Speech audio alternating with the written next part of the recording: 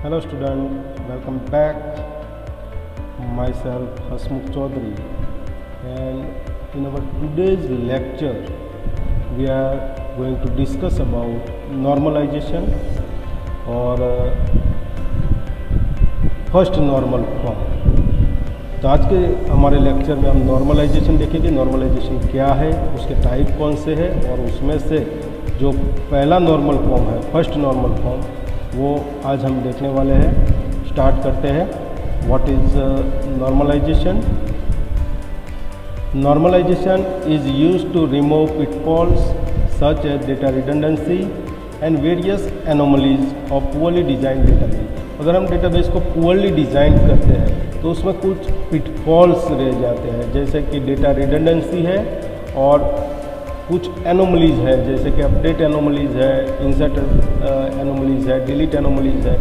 तो ये एनोमलीज क्या है, ये पिटफॉल्स क्या है? तो ये पिटफॉल्स ऐसी चीज़ है कि इन फ्यूचर अगर हम कोई वैल्यू इंसर्ट करने के लिए प्रयास करते हैं या डिलीट करने के लिए या अपडेट करने के लिए प्रयास करते हैं तो वहाँ पर एरर आ जाता है, प्रॉब्लम आती है। तो इस तरह की जो प्रॉब्लम है वो अगर हमने डेटाबेस को पुअरली डिज़ाइन किया है तो इस तरह की प्रॉब्लम्स आती हैं इन फ्यूचर, और इसे पिटफॉल्स बोलते हैं। तो ऐसे पिटफॉल्स को दूर करने के लिए नॉर्मलाइजेशन का यूज़ होता है। Normalization is the iterative process which proceeds in top-down fashion by evaluating each relation against the criteria for normal forms and decompose relation if required। Normalization क्या है? तो iterative process है। iterative क्यों बोलते हैं? तो हमारे जितने भी नॉर्मल फॉर्म है वो सबको हमें अप्लाई करना है। पहले हमारे पास अगर कोई रिलेशन है तो फर्स्ट नॉर्मल फॉर्म पे अप्लाई करना है, फिर सेकंड नॉर्मल फॉर्म को, फिर इटरेटिव प्रोसेस है। दूसरा है टॉप डाउन फैशन। तो हमारे पास कोई रिलेशन है तो उस पर हमने नॉर्मल फॉर्म के अप्लाई किया, अगर वो सेटिस्फाइड नहीं होता है तो उसको हम डीकम्पोज करेंगे। जो डीकम्पोज करके हमें जो रिलेशन मिलते हैं अगेन फिर उस पर नॉर्मल फॉर्म के को अप्लाई करेंगे। अगर वो भी सेटिस्फाइड नहीं होते तो अगेन उसको डीकम्पोज करेंगे। इसीलिए उसे बोलते हैं top down fashion. By evaluating each relation again the criteria of normal form. तो जितने भी रिलेशन है वो रिलेशन को नॉर्मल फॉर्म के जो क्राइटेरिया है वो मैच करने हैं। अगर मैच नहीं होते हैं तो उसको डीकम्पोज करना है। देखते हैं, सपोज हमारे पास कोई रिलेशन है अकाउंट ब्रांच। तो सबसे पहले हम क्या करेंगे? Check the criteria for normal form. हम देखेंगे जो नॉर्मल फॉर्म के क्राइटेरिया है वो अप्लाई करेंगे और देखेंगे कि क्राइटेरिया सेटिस्फाइड होते हैं। अगर सेटिस्फाइड होते हैं तो हम सेकंड नॉर्मल अगले नॉर्मल फॉर्म के लिए जाएंगे, और नहीं होते हैं तो इस रिलेशन को हम डीकम्पोज करेंगे। तो ये जो प्रोसेस है इसे बोलते हैं नॉर्मलाइजेशन प्रोसेस। कि हमारे पास कोई रिलेशन है तो उसको हम क्राइटेरिया के लिए चेक करेंगे। अगर क्राइटेरिया सेटिस्फाइड होता है तो अगले नॉर्मल फॉर्म के लिए चेक करेंगे। अगर नहीं होता है तो उसको डीकम्पोज करके नए रिलेशन बनाएंगे, और जो नए रिलेशन है वो उस तरह से बनाएंगे कि उसमें वो क्राइटेरिया सेटिस्फाई हो।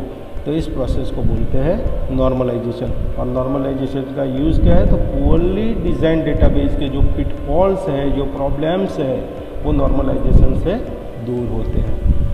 तो गोल ऑफ द नॉर्मलाइजेशन, सबसे पहले the main goal of the normalization process are to minimize the data redundancy. Data redundancy को दूर करता है। जैसे कि अकाउंट टेबल में हमने पहले देखा था कि अगर अहमदाबाद ब्रांच हो, उसके 1000 अकाउंट है तो टेबल के अंदर जो उसका ब्रांच एड्रेस है वो 1000 टाइम स्टोर होगा। तो इस तरह का जो प्रॉब्लम है उसे बोलते हैं डेटा रिडंडेंसी। तो उसको मिनिमाइज़ करना है। To minimize insert update and delete anomalies. हमने आगे जो बताया एनोमलीज में कि अगर हमें वैल्यू इंसर्ट करना है हम नहीं कर सकते, अपडेट करना है नहीं कर सकते, अगर डिलीट करना है नहीं कर सकते। तो इस तरह के जो प्रॉब्लम है, जब वैल्यू को हम इंसर्ट करने की कोशिश करते हैं, अपडेट करने की कोशिश या डिलीट करने की कोशिश करते हैं, उस वक्त जो प्रॉब्लम आते हैं उसे एनोमलीज बोलते हैं। और ऐसी जो एनोमलीज है उसको मिनिमाइज़ करना है। तो नॉर्मलाइजेशन के दो गोल है, एक तो डेटा रिडंडेंसी को मिनिमाइज़ करना है, दूसरा है इंसर्ट अपडेट और डिलीट एनोमलीज जो है उसे मिनिमाइज़ करना है। Different types of normal form. तो कितने टाइप्स के नॉर्मल फॉर्म है? तो एक है फर्स्ट नॉर्मल फॉर्म जिसे हम 1NF बोलते हैं, second normal form, 2NF, third normal form 3NF, उसके बाद है पॉइस कोड नॉर्मल फॉर्म जिसे हम BCNF बोलते हैं, फिर फोर्थ नॉर्मल फॉर्म जिसे हम 4NF और फिफ्थ नॉर्मल फॉर्म जिसे हम 5NF बोलते हैं। तो इसमें से जो डिप्लोमा के सिलेबस में जो है वो 3 नॉर्मल फॉर्म है, first normal form, second normal form and third normal form. तो आगे के जो नॉर्मल फॉर्म है आपको डिग्री में आएंगे, डिप्लोमा में GTU के सिलेबस के अकॉर्डिंग हमें सिर्फ 3 नॉर्मल फॉर्म को देखना है। तो सबसे पहले हम देखते हैं first normal form. What is first normal form? This is the lowest normal form, ये सबसे नीचे का नॉर्मल फॉर्म है। Normalization process start with applying criteria of first normal form to the given relation. अगर हमारे पास कोई रिलेशन है तो हम सबसे पहले फर्स्ट नॉर्मल फॉर्म के क्राइटेरिया को अप्लाई करेंगे।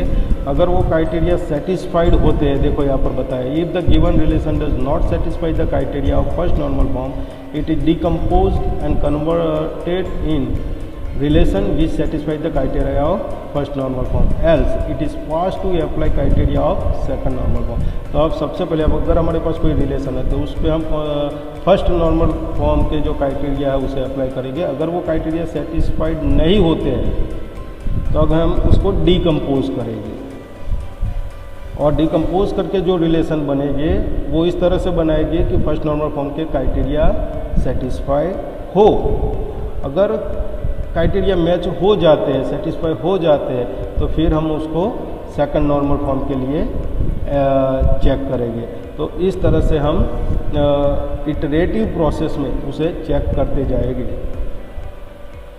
तो criteria of first normal form, तो फर्स्ट नॉर्मल फॉर्म के क्राइटेरिया क्या है? Relation R is in first normal form if it does not have any composite attribute और मल्टी वैल्यू एट्रीब्यूट और देयर कॉम्बिनेशन। तो हमें जो रिलेशन दिया गया है वो फर्स्ट नॉर्मल फॉर्म में है, ऐसा हम कब बोल सकते हैं? तो अगर उसमें कोई कंपोजिट एट्रीब्यूट नहीं है, कोई मल्टी वैल्यूड एट्रीब्यूट नहीं है, या दोनों का कॉम्बिनेशन नहीं है, तो हम बोल सकते हैं कि ये रिलेशन फर्स्ट नॉर्मल फॉर्म में है। तो फर्स्ट नॉर्मल फॉर्म का क्राइटेरिया क्या है कि रिलेशन के अंदर कंपोजिट एट्रीब्यूट नहीं होना चाहिए और दूसरा मल्टी वैल्यूड एट्रीब्यूट नहीं होना चाहिए। कंपोजिट एट्रीब्यूट क्या है? तो अगर हमारे पास 2 या 3 एट्रीब्यूट है, एक से ज़्यादा एट्रीब्यूट है, तो उसको कंबाइन करके एक ही एट्रीब्यूट अगर बनाया है तो उसे कंपोजिट एट्रीब्यूट कहते हैं। जैसे कि एड्रेस, तो एड्रेस में सोसाइटी आ जाता है, एरिया आ जाता है, सिटी आ जाती है, तो ये सबको कंबाइन करके एक ही एट्रीब्यूट बनाया एड्रेस, तो उसे कंपोजिट एट्रीब्यूट बोलते हैं। दूसरा एग्जांपल है फुल नेम, तो उसमें फर्स्ट नेम होता है, मिडिल नेम होता है, लास्ट नेम होता है, तो ये 3 एट्रीब्यूट को कंबाइन करके क्या बनाया? फुल नेम, तो वो भी कंपोजिट एट्रीब्यूट है। अब मल्टी वैल्यूड एट्रीब्यूट की बात करते हैं तो ऐसा एट्रीब्यूट जिसमें एक से ज़्यादा वैल्यू हो, जैसे कि कॉन्टैक्ट नंबर, तो किसी के पास एक कॉन्टैक्ट नंबर होता है, किसी के पास 2 होते हैं, किसी के पास 3 होते हैं, तो जो कॉन्टैक्ट नंबर है वो मल्टी वैल्यूड एट्रीब्यूट है। उसका दूसरा एग्जांपल है ऑथर। अगर कोई बुक की हम बात करते हैं तो उसके जो ऑथर है, किसी बुक का एक ऑथर होता है, किसी बुक का 2 ऑथर होते हैं, या 2 से ज़्यादा ऑथर भी होते हैं, तो जो ऑथर एट्रीब्यूट जो है वो भी मल्टी वैल्यूड एट्रीब्यूट है। तो फर्स्ट नॉर्मल फॉर्म के क्राइटेरिया क्या है कि जो हमारे पास रिलेशन है उसमें कंपोजिट एट्रीब्यूट नहीं होना चाहिए और दूसरा मल्टी वैल्यूड एट्रीब्यूट नहीं होना चाहिए। अगर है तो हमें उसे रिमूव करना है। तो एग्जांपल लेकर के देखते हैं। Consider the following relation. यहाँ पर मैंने कस्टमर रिलेशन लिया है। यहाँ पर आप देख सकते हो कि यहाँ पर 4 एट्रीब्यूट है, CID, name, address and contact number. अब एड्रेस एट्रीब्यूट जो है वो कंपोजिट एट्रीब्यूट है। क्यों? क्योंकि यहाँ पर जो 3 सब एट्रीब्यूट है, एक सोसाइटी है, एक एरिया है और सिटी है, तीनों को कंबाइन करके ए एट्रीब्यूट बनाया है, इसलिए कंपोजिट एट्रीब्यूट है। और दूसरा है कॉन्टैक्ट नंबर जो मल्टी वैल्यूड एट्रीब्यूट है, क्योंकि यहाँ पर एक भी कॉन्टैक्ट नंबर है, 2 भी है और 3 भी कॉन्टैक्ट नंबर है। दैट मीन्स कि यहाँ पर एक से ज़्यादा वैल्यू है, इसलिए उसे मल्टी वैल्यूड एट्रीब्यूट बोलते हैं, इसे कंपोजिट। अब फर्स्ट नंबर फॉर्म के जो क्राइटेरिया है वो क्या बताते हैं कि हमारे रिलेशन के अंदर कंपोजिट एट्रीब्यूट नहीं होना चाहिए और मल्टी वैल्यूड एट्रीब्यूट नहीं होना चाहिए। लेकिन यहाँ पर तो कंपोजिट एट्रीब्यूट भी है एड्रेस और मल्टी वैल्यूड एट्रीब्यूट भी है कॉन्टैक्ट नंबर। तो हमारा ये जो रिलेशन है वो फर्स्ट नॉर्मल फॉर्म में नहीं है। देखते हैं, here address is a composite attribute and contact number is a multi valued attribute. So this relation is not in first normal form. तो हमारा जो कस्टमर रिलेशन है वो फर्स्ट नॉर्मल फॉर्म के जो क्राइटेरिया है उसे सेटिस्फाई नहीं करता है। दैट मीन्स ये फर्स्ट नॉर्मल फॉर्म में नहीं है। तो क्या करेंगे, तो हमारा ये जो रिलेशन है फर्स्ट नॉर्मल फॉर्म में नहीं है, इससे कुछ प्रॉब्लम्स आते हैं। प्रॉब्लम्स क्या है देखते हैं ये रिलेशन के। तो इंफॉर्मेशन रिट्राइवल प्रॉब्लम, कि अगर हमें इसमें से कुछ इन्फॉर्मेशन चाहिए, सिटी वाइज इन्फॉर्मेशन चाहिए, सपोज या एरिया वाइज चाहिए या सोसाइटी वाइज चाहिए, तो हम उस इन्फॉर्मेशन को रिट्राइव नहीं कर पाएंगे, एक प्रॉब्लम है। दूसरा प्रॉब्लम क्या है, it is not possible to store multiple values in a single field in a relation. तो कॉन्टैक्ट नंबर का जो यहाँ पर कॉलम है, जो फील्ड है, उसमें एक से ज़्यादा नंबर एक साथ हम स्टोर नहीं कर सकते डेटाबेस में। तो यहाँ पर दो प्रॉब्लम है, एक इंफॉर्मेशन रिट्राइवल प्रॉब्लम है, दूसरा it is not possible to store multiple value in the single field in a relation. तो इसका सॉल्यूशन क्या है, तो सबसे पहले हम सॉल्व करेंगे कंपोजिट एट्रीब्यूट को, सॉल्यूशन फॉर कंपोजिट एट्रीब्यूट। उसके बाद solution for multivalued attribute, multivalued attribute को सॉल्व करेंगे। और जो मल्टीवैल्यूड एट्रीब्यूट है वो दो अप्रोच से सॉल्व होता है, इसीलिए first approach and second approach. तो यहाँ पर हमें तीन सॉल्यूशन देखना है। पहला सॉल्यूशन जो है कंपोजिट एट्रीब्यूट के लिए है, फिर दूसरे जो दो सॉल्यूशन है वो मल्टीवैल्यूड एट्रीब्यूट के लिए है। तो देखते हैं one by one.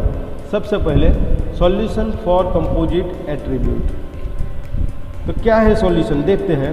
Insert separate attributes in a relation for each sub attributes of a composite attribute. तो कंपोजिट एट्रीब्यूट के जो सब एट्रीब्यूट्स है, तो वो सारे जो सब एट्रीब्यूट्स है उसके लिए सेपरेट एट्रीब्यूट ले लेते हैं। जैसे कि हमारे पास जो रिलेशन था, in our example insert 3 separate attribute society, area and city in place of single composite attribute address. तो उसमें एड्रेस जो था वो कंपोजिट एट्रीब्यूट था, तो उसकी जगह पे हम 3 सेपरेट एट्रीब्यूट ले लेंगे। कौन से, society, area and city. The customer relation without composite attribute is as follow. अगर हम एड्रेस की जगह 3 सेपरेट एट्रीब्यूट ले लेंगे, सोसाइटी, एरिया एंड सिटी, तो हमारा रिलेशन कुछ ऐसा दिखेगा। देखते हैं। तो यहाँ पर जो एड्रेस था उसकी जगह मैंने 3 सेपरेट एट्रीब्यूट ले लिए, सोसाइटी, एरिया एंड सिटी। तो हमारा जो कस्टमर रिलेशन है उसमें अब कितने एट्रीब्यूट है, CID, name, society, area, city and contact number. तो अब हम देख सकते हैं कि यहाँ पर कोई भी कंपोजिट एट्रीब्यूट नहीं है। तो जो ये कंपोजिट एट्रीब्यूट वाला प्रॉब्लम था वो यहाँ पर सॉल्व हो गया। अब अगर हमें डेटा को, इंफॉर्मेशन को रिट्राइव करना है यूजिंग सिटी, तो भी हम कर सकते हैं, एरिया से करना है तो भी हम कर सकते हैं, और सोसाइटी से करना है तो भी अब हम कर सकते हैं। अब सॉल्यूशन फॉर मल्टीवैल्यूड एट्रीब्यूट। तो उसका फर्स्ट अप्रोच पहले देखते हैं।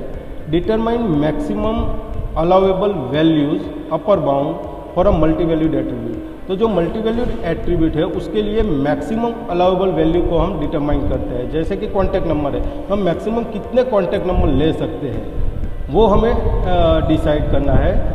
जैसे कि अगर उसे अपर बाउंड बोलते हैं, जैसे कि हम 2 कॉन्टैक्ट वैल्यू तक स्टोर करवाना चाहते हैं तो 2 क्या हो जाएगा, अपर बाउंड हो जाएगा। तो सबसे पहले हमें क्या करना है, डिटरमाइन मैक्सिमम अलाउेबल वैल्यूज और we can say upper bound for a multivalued attribute. Then insert separate attributes in a relation in place of multivalued attribute. और फिर हमें क्या करना है, अगर हमारा अपर बाउंड 2 है कॉन्टैक्ट नंबर के लिए, तो हमें 2 सेपरेट एट्रीब्यूट लेना है, contact number 1 and contact number 2। Suppose हमारा अपर बाउंड 3 है तो हमें 3 सेपरेट एट्रीब्यूट लेना है, contact number 1, contact number 2 and contact number 3। तो देखते हैं कि अगर हम अपर बाउंड को 2 लेते हैं और कॉन्टैक्ट नंबर की जगह contact number 1 and contact number 2 लेते हैं तो हमारा रिलेशन कैसा होगा। तो आप देख सकते हैं कि यहाँ पर CID, name, society, area, city, contact number 1 and contact number 2। तो पहला कॉन्टैक्ट नंबर हम यहाँ पर स्टोर करेंगे, दूसरा कॉन्टैक्ट नंबर यहाँ पर स्टोर करेंगे, और तीसरे कॉन्टैक्ट नंबर को हमें स्टोर नहीं करना है क्योंकि हमने अपर बाउंड 2 लिया है। तो हम 2 वैल्यू यहाँ पर स्टोर कर सकते हैं क्योंकि यहाँ पर 2 सेपरेट एट्रीब्यूट हमने लिए है, contact 1 and contact number 2। Here our maximum allowable value or upper bound is 2, so we should insert 2 separate attributes, contact number 1 and contact number 2 in place of single attribute contact number. तो हमारा जो single attribute था contact number, उसकी जगह हमने दो separate attribute ले लिए हैं, contact number 1 and contact number 2, क्योंकि हमारा अपर बाउंड जो था वो 2 है। ऐसा करने से जो मल्टी वैल्यूड एट्रीब्यूट का जो प्रॉब्लम था वो यहाँ पर सॉल्व हो जाता है। लेकिन यहाँ पर दूसरा एक प्रॉब्लम है। सपोज हमारा जो मल्टी वैल्यूड एट्रीब्यूट है वो अगर ऑथर है और ये जो रिलेशन है किसी बुक का रिलेशन है, तो यहाँ पर बुक आईडी होगा, बुक नेम होगा, तो उसके जो ऑथर है तो किसी बुक का एक ऑथर होगा, किसी बुक के 2 ऑथर होंगे, किसी बुक के 3 ऑथर होंगे। तो ऑथर में हम अपर बाउंड नहीं ले सकते हैं, जितने भी ऑथर है उसके नाम हमको स्टोर करवाने पड़ेंगे। तो ऐसी सिचुएशन में हम फर्स्ट अप्रोच का यूज़ नहीं कर सकते, इसीलिए हम सेकंड अप्रोच का यूज़ करेंगे। देखते हैं सेकंड अप्रोच क्या है।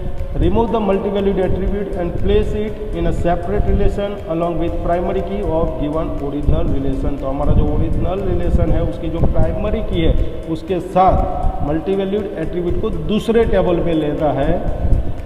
तो ऐसा करने से जो मल्टी वैल्यूड एट्रीब्यूट का जो प्रॉब्लम था वो दूर हो जाएगा। देखते हैं हमारे रिलेशन को इस तरह से डिकम्पोज हम करते हैं और 2 रिलेशन बनाते हैं। पहले रिलेशन के अंदर हम CID, name, society, area and city इतने एट्रीब्यूट्स लेते हैं और हमारा जो मल्टी वैल्यूड एट्रीब्यूट था कॉन्टैक्ट नंबर उसे हम दूसरे रिलेशन में ले जाएंगे। किसके साथ? तो हमारे रिलेशन का जो प्राइमरी की है CID, तो CID के साथ हम उसे दूसरे रिलेशन में ले जाएंगे कस्टमर कॉन्टैक्ट में।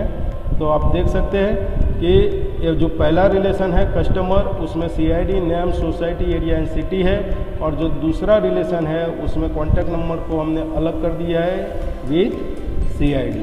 तो CID यहाँ पर भी प्राइमरी की है। और देखते हैं कि पहला जो कस्टमर था उसके पास एक कॉन्टैक्ट नंबर था तो इस तरह से स्टोर हुआ, दूसरे कस्टमर के पास 2 कॉन्टैक्ट नंबर थे तो इस तरह से स्टोर हुए, और जो चौथे नंबर का कस्टमर था C04 उसके पास 3 कॉन्टैक्ट नंबर थे तो तीनों 3 कॉन्टैक्ट नंबर यहाँ पर हम स्टोर कर सकते हैं। तो ये ऑथर वाली जो प्रॉब्लम था कि हम अपर बाउंड नहीं ले सकते, जितनी भी वैल्यू है उसको हमें स्टोर करवाना है, तो फिर हमें सेकंड अप्रोच से इसको सॉल्व करना पड़ेगा। तो यहाँ पर हमने क्या किया, here we should remove the contact number and place it in a separate relation customer contact along with the primary key CID। तो यहाँ से हमारा जो कॉन्टैक्ट नंबर एट्रीब्यूट था उसको हमने पहले टेबल में से रिमूव कर दिया और उसको दूसरा जो टेबल हमने यहाँ पर बनाया कस्टमर कॉन्टैक्ट, वहाँ पर CID के साथ स्टोर कर दिया। तो ऐसा करने से जो मल्टी वैल्यूड एट्रीब्यूट का जो प्रॉब्लम था वो भी सॉल्व हो जाता है। तो दोस्तों आज हमने देखा फर्स्ट नॉर्मल फॉर्म। तो सबसे पहले जो हमारे पास रिलेशन है उसमें हमें फर्स्ट नॉर्मल फॉर्म के जो क्राइटेरिया है उसे अप्लाई करना है। फर्स्ट नॉर्मल फॉर्म के क्राइटेरिया क्या है कि उसमें कंपोजिट एट्रीब्यूट नहीं होना चाहिए और मल्टी वैल्यूड एट्रीब्यूट नहीं होना चाहिए। अगर वो है तो उसे हमें रिमूव करना है। उसके बाद हमने कंपोजिट एट्रीब्यूट का सॉल्यूशन देखा कि जो कंपोजिट एट्रीब्यूट है उसके जितने भी सब एट्रीब्यूट है उतनी सेपरेट एट्रीब्यूट हमें लेने हैं कंपोजिट एट्रीब्यूट की जगह पे। तो इस तरह से हम कंपोजिट एट्रीब्यूट को सॉल्व कर सकते हैं। और जो मल्टी वैल्यूड एट्रीब्यूट है उसमें 2 तरह के सॉल्यूशन है। पहले अप्रोच में हमने क्या किया, एक अपर बाउंड ले लिया और इतने सेपरेट एट्रीब्यूट्स ले लिए, और दूसरे अप्रोच में हमने क्या किया कि जो हमारा मल्टी वैल्यूड एट्रीब्यूट है उसको हमने दूसरे टेबल में प्राइमरी की के साथ शिफ्ट कर दिया। तो ऐसा करने से जो प्रॉब्लम है कंपोजिट एट्रीब्यूट का और मल्टी वैल्यूड एट्रीब्यूट का वो सॉल्व हो जाता है। अब हम बोल सकते हैं कि हमारे जो 2 रिलेशन है कस्टमर एंड कस्टमर कॉन्टैक्ट वो दोनों ही फर्स्ट नॉर्मल फॉर्म में है, क्योंकि यहाँ पर कोई कंपोजिट एट्रीब्यूट नहीं है और कोई मल्टी वैल्यूड एट्रीब्यूट नहीं है। तो दोस्तों आशा करते हैं कि आपको फर्स्ट नॉर्मल फॉर्म पता चल गया होगा। अगले लेक्चर में हम सेकंड नॉर्मल फॉर्म की बात करेंगे। तब तक के लिए थैंक यू वेरी मच।